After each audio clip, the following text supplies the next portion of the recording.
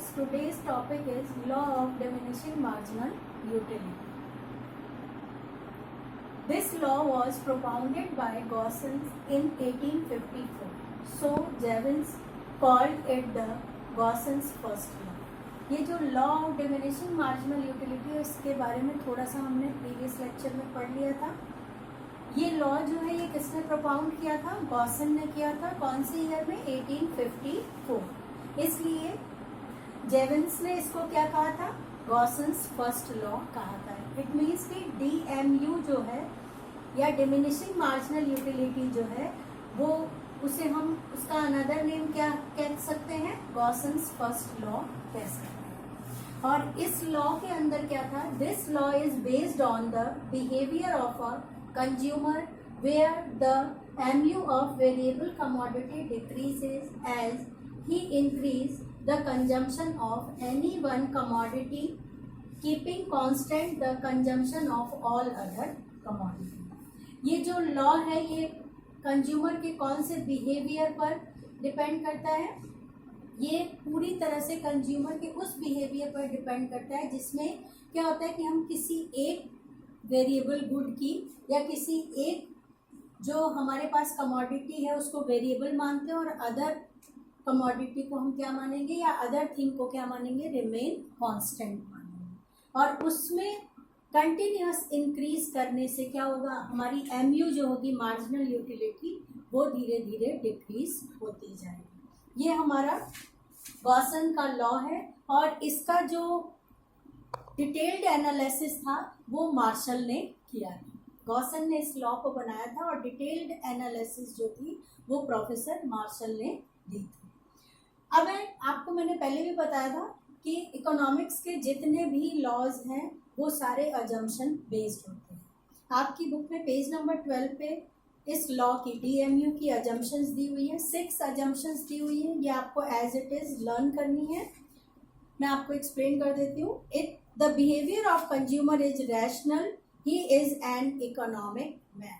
आपको मालूम है each and every person जो होता है वो इकोनॉमिक होता है यानी कम पैसे में ज़्यादा ऑप्ट करना चाहता है.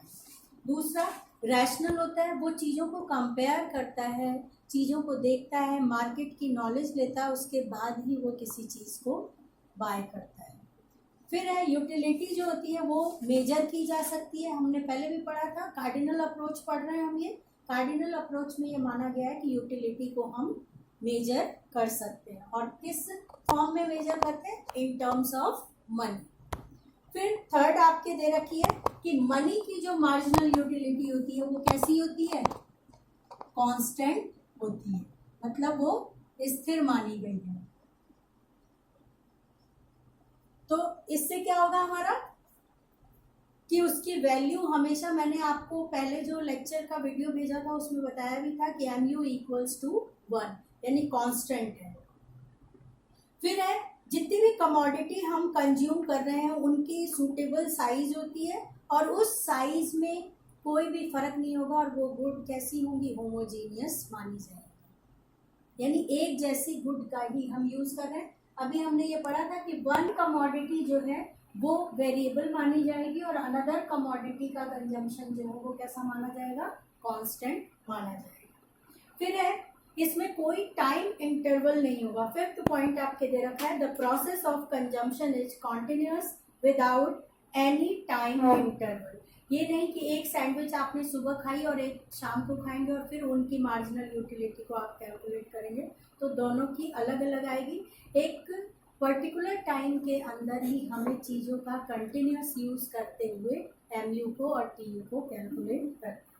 फिर लास्ट पॉइंट आपके दे रखा है इनकम, हैबिट, फैशन, ये सब चीज़ें जो होंगी वो कैसी होंगी? कांस्टेंट होंगी. ये 6 अजम्पशन है इस लॉ की. इस 6 अजम्पशन पे ये लॉ बेस्ड होता है. अब इसमें 2 चीज़ें और हैं आपके. एक है causes of diminishing marginal utility. Professor Boulding जो थे उन्होंने 2 कॉज बताए थे DMU के इम्प्लीमेंट होने के. एक तो इन्होंने बताया था कि different goods are not perfect substitute of each other यानी अलग अलग गुड जो होती है जैसे चाय का सब्स्टिट्यूट कॉफ़ी माना गया है, लेकिन बहुत से लोग ऐसे हैं जो चाय की जगह कॉफ़ी नहीं पीते. इसका मतलब है एप्रोप्रिएट सब्स्टिट्यूट कोई गुड किसी की नहीं होती है, इसलिए DMU लागू होता है, यानी डिमिनिशिंग मार्जिनल यूटिलिटी जो हमारा लॉ है ये लागू होता है। क्योंकि एक ही चीज का जब हम कंटिन्यूअस कंजम्पशन करेंगे तो उसकी TU इंक्रीज होगी, MU इंक्रीज नहीं होती है, MU डिक्रीजिंग वे में इंक्रीज होती है और टोटल यूटिलिटी इंक्रीज होती जाती है। और जहां MU जीरो होगी, MU इक्वल्स टू जीरो, वहां पर हमारी TU क्या होगी, हाईएस्ट होगी, यानी उससे आगे हम कंजम्पशन को बढ़ाएंगे तो हमारा क्या होगा, नेगेटिव इफेक्ट देखने को मिलेगा। फिर दूसरी चीज ये है कि जब हम कंजम्पशन को एक लेवल तक, सर्टेन पॉइंट तक ही हम बढ़ा सकते हैं, जैसे नमक का इस्तेमाल आपकी बुक में सॉल्ट का दे रखा है कि सॉल्ट का यूज जो है वो हम एक सर्टेन पॉइंट तक ही कर सकते हैं, उसके आगे अगर हम करेंगे तो उसके नेगेटिव इफेक्ट होंगे। यानी दो कॉजेज हो गए, एक तो ये कि कोई गुड किसी की परफेक्ट सब्स्टिट्यूट नहीं होती है, इस कारण ये लागू होता है, और दूसरा है किसी भी पर्टिकुलर कमोडिटी का यूज एक सर्टेन पॉइंट तक किया जा सकता है। और ये दो कॉजेस किसने दिए हैं, गिवन बाय बॉर्डलिंग, बॉर्डलिंग ने ये दोनों कॉजेस दिए थे।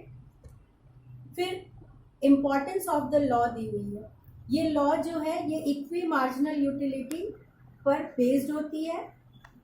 इसके अलावा इस लॉ की इम्पोर्टेंस ये है कि ये पब्लिक फाइनेंस के लिए यूज की जाती है।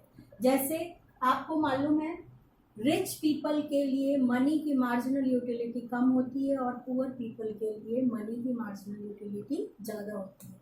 इसलिए सरकार जब टैक्सेशन करती है गवर्नमेंट, तो रिच पीपल पे ज़्यादा और पुअर पीपल पे कम करती है, और रिच पीपल से जो टैक्सेशन के थ्रू मनी कलेक्ट की जाती है उस मनी का यूज़ सोशल वेलफेयर के लिए गवर्नमेंट पुअर सेक्शन पे करती है। फिर लास्ट आपका थर्ड पॉइंट दिया हुआ है डायमंड वाटर पैराडॉक्स, ये हम टुमारो डिस्कस